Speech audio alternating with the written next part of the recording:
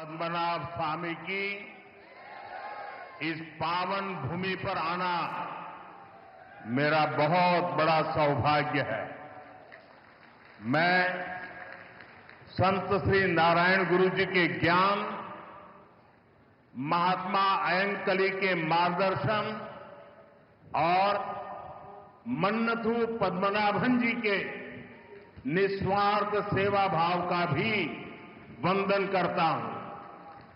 आज वसंत पंचमी सरस्वती पूजा का पावन पर्व भी है।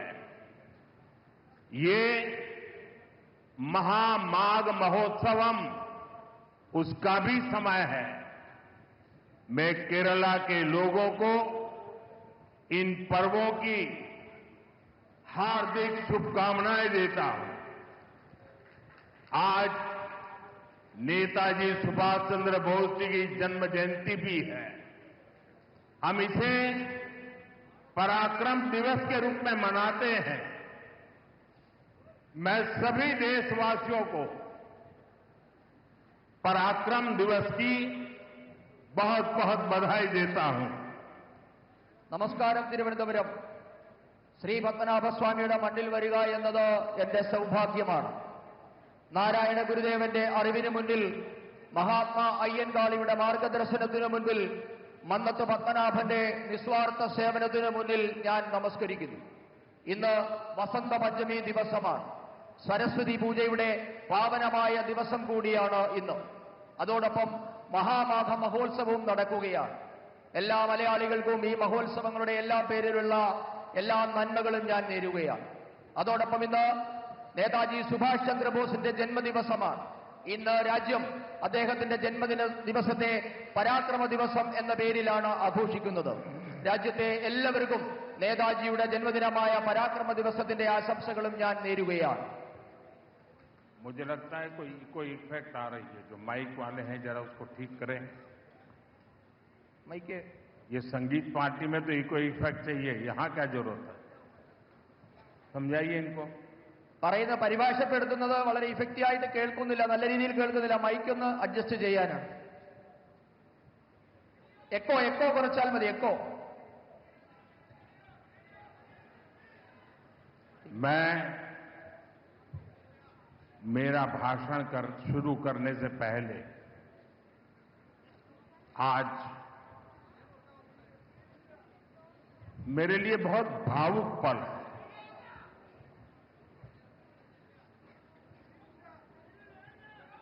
लाखों कार्यकर्ताओं का परिश्रम रंग ला रहा है। आज मैं सबसे पहले केरला की तिरुअनंतपुरम की जनता को,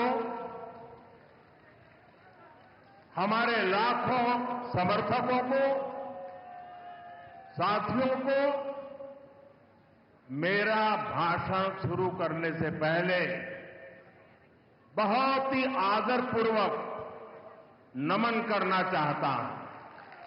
ഇന്ന് ഈ തിരുവനന്തപുരത്തെ ലക്ഷക്കണക്കിന് പ്രവർത്തകരുടെ ഏറെക്കാലത്തെ പ്രയത്നം നിറമണിഞ്ഞിരിക്കുകയാണ്.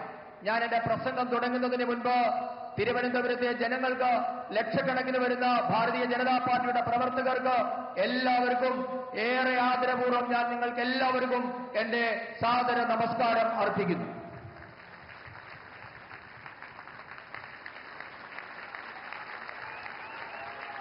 बोलो भारत माता की, बोलो भारत माता की, बोलो भारत माता की। जय जय नरेंद्र मोदी, जय जय नरेंद्र मोदी, जय जय। नरेंद्र मोदी इस वक्त आपका स्नेह, आपका स्वागत गर्मजोशी से भरा होता है और आपका स्वागत गर्मजोशी से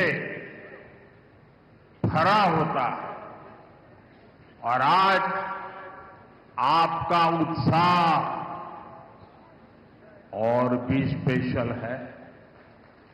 आज मुझे यहां एक नई ऊर्जा दिख रही है। आज मुझे यहां एक नई होप दिख रही है। आपका ये जोश, ये विश्वास दिलाता है कि अब केरला में परिवर्तन होकर रहेगा। സുഹൃത്തുക്കളെ, और साथियों,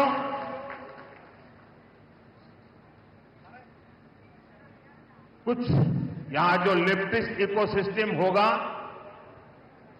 उनको शायद आज मेरी बात गले नहीं उतरेगी, लेकिन मैं आपको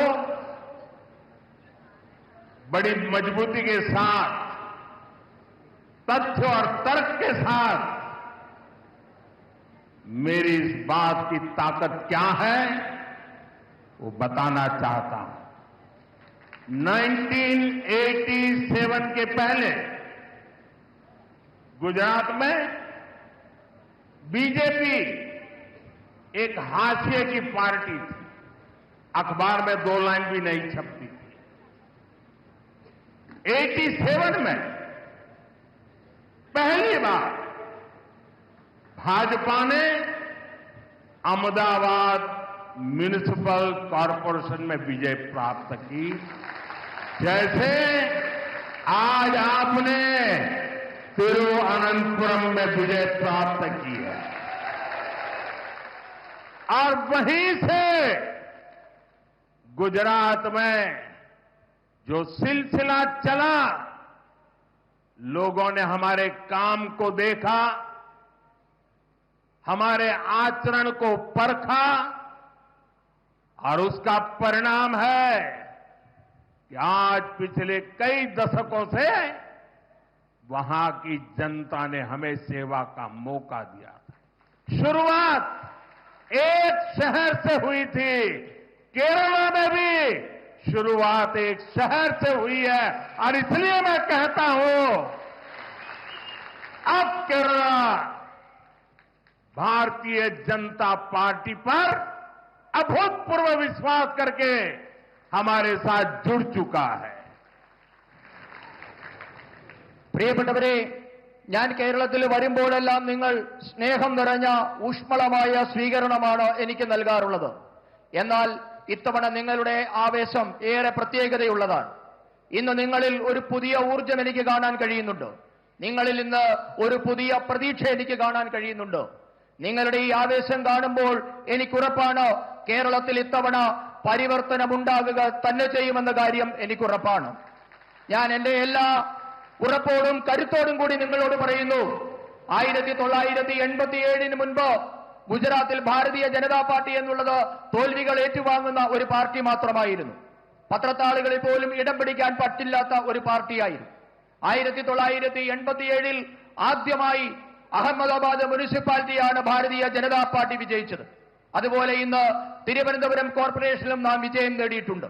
ഇവിടെ നിന്നാണ് ഗുജറാത്ത് തുടങ്ങിയത്. ഗുജറാത്തിലെ ജൈത്രയാത്ര അഹമ്മദാബാദ് മുനിസിപ്പാലിറ്റിയിൽ നിന്നാണ് നാം തുടങ്ങിയത്. ആ അഹമ്മദാബാദിലെ ജനങ്ങൾ, ഗുജറാത്തിലെ ജനങ്ങൾ ഭാരതീയ ജനതാ പാർട്ടിയുടെ പ്രവർത്തനം കണ്ടു, അവരതിനെ വിലയിരുത്തി. അതിനുശേഷം അവർ നമുക്ക് തുടർച്ചയായി അവരെ സേവിക്കാനുള്ള അവസരം തന്നുകൊണ്ടിരിക്കുകയാണ്. ഒരു പട്ടണത്തിൽ നിന്ന് തുടങ്ങിയ ജൈത്രയാത്രയാണ് ഇന്ന് നാം ഗുജറാത്തിൽ തുടർച്ചയായി ഭരിക്കുന്നതിൽ എത്തി നിൽക്കുന്നത്. അതേപോലെ ഇന്ന് കേരളത്തിലും നാം ഒരു പട്ടണത്തിൽ നിന്ന് തുടങ്ങുകയാണ്. എനിക്കുറപ്പുണ്ട്, ഇന്ന് കേരളം ഭാരതീയ ജനതാ പാർട്ടിയെ വിശ്വസിച്ചു തുടങ്ങിയിരിക്കുന്നു. मेरे साथ बोलिए, भारत माता की जय, भारत माता की जय, भारत माता की जय।